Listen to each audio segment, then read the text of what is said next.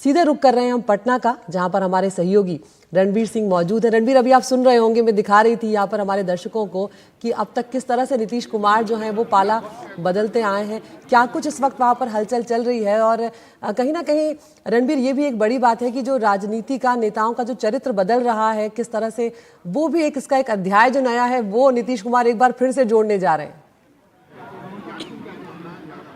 देखिए, आपने कहा कि नीतीश कुमार जिस तरह के से पाला बदलते हैं, ये एक बड़ी बात है और एक मायावी छवि बन चुकी है नीतीश कुमार की।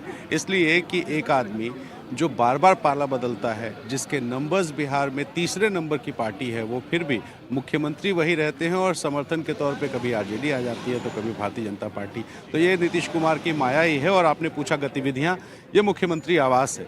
लगातार विधायकों का आना जाना शुरू हो चुका है। यहाँ पर 10 बजे सुबह बैठक होनी थी। लगभग सब विधायक पहुँच चुके हैं, शायद इक्का दुक्का बाकी होंगे, वो भी थोड़ी देर में पहुँच जाएंगे। जेडीयू की एक बैठक होगी और इस जेडीयू की बैठक के बाद एनडीए की बैठक हो सकती है, यानी वो एनडीए, बिहार में नया एनडीए जिसमें बीजेपी भी होगी, जिसमें जेडीयू भी होगी, जिसमें एचएएम भी होगी। और उस एनडीए की बैठक के बाद माना जा रहा है कि सामने की तरफ मेरे कैमरामैन राजेश जी दिखाएंगे। राजेश जी, ये सामने राजभवन है और इसी राजभवन में जाकर के नीतीश कुमार इस्तीफा दे सकते हैं। इस्तीफा देने के बाद आज ही वो सरकार बनाने का दावा पेश कर सकते हैं और दावा पेश करने के बाद बताया जा रहा है कि गवर्नर आज ही, चूंकि नंबर के हिसाब से जो एनडीए होगा उसके पास सफिशिएंट नंबर्स हैं जितने चाहिए, और इस वजह से जो सरकार बनाने का दावा पेश करते ही हो सकता है कि आज ही शपथ ग्रहण भी हो जाए। तो सारा स्क्रिप्ट लगभग तैयार है और नीतीश कुमार एक बार फिर से भारतीय जनता पार्टी के साथ दिखाई देंगे। वो पार्टी जिस पार्टी के साथ अब तक सबसे लंबे समय तक वो रहे। जब केंद्र में अटल बिहारी वाजपेयी की सरकार थी तब भी नीतीश कुमार भारतीय जनता पार्टी के साथ थे, तब भी केंद्र में मंत्री थे, और 2005 में जब वो मुख्यमंत्री बने उसके बाद से सबसे लंबा समय उन्होंने एनडीए के साथ ही गुजारा।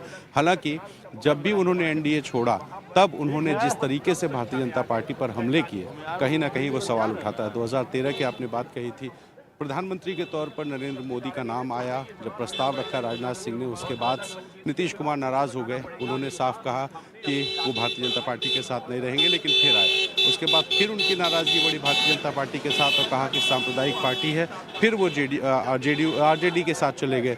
उसके बाद चाचा भतीजे की जोड़ी जब इस बार 15 महीने पहले साथ आई तो ऐसा लगा कि इस जोड़ी से बेहतर जोड़ी बिहार के लिए कुछ हो नहीं सकती है। दोनों में समन्वय था। पिछले साल जनवरी का महीना था जब नीतीश कुमार ने कहा कि मरना पसंद करूंगा लेकिन भारतीय जनता पार्टी के साथ जाना पसंद नहीं करूंगा। तो नीतीश कुमार अब 1 साल बाद फिर से मन बदल चुके हैं, पाला बदलने की तैयारी है। अगले कुछ घंटों में वो पाला भी बदल जाएगा।